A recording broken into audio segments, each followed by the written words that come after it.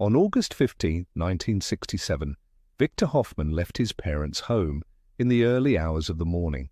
They lived in Lisk, Canada, about 65 kilometers away from Shell Lake, and that's exactly where Victor ended up.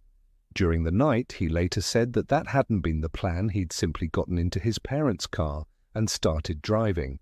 But when he saw a small white farmhouse, he knew that he'd found what he'd been looking for.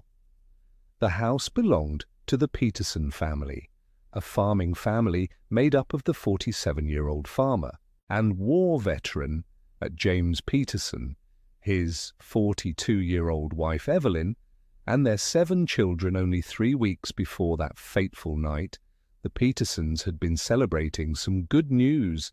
Their eldest daughter, 19-year-old Kathy, had just gotten married. That was why she was out of the house and out in British Columbia when Victor Hoffman paid a visit to her family in Shell Lake that night in August 1967. But later that morning, around 9 o'clock, the Petersons' neighbor, Will Drew J. Lang, had no idea anything unusual had gone on at the Peterson farmhouse. Only a few hours beforehand, all he knew was that James had promised to help him with some things that needed doing around the Lang farm, and rather unusually, James was late.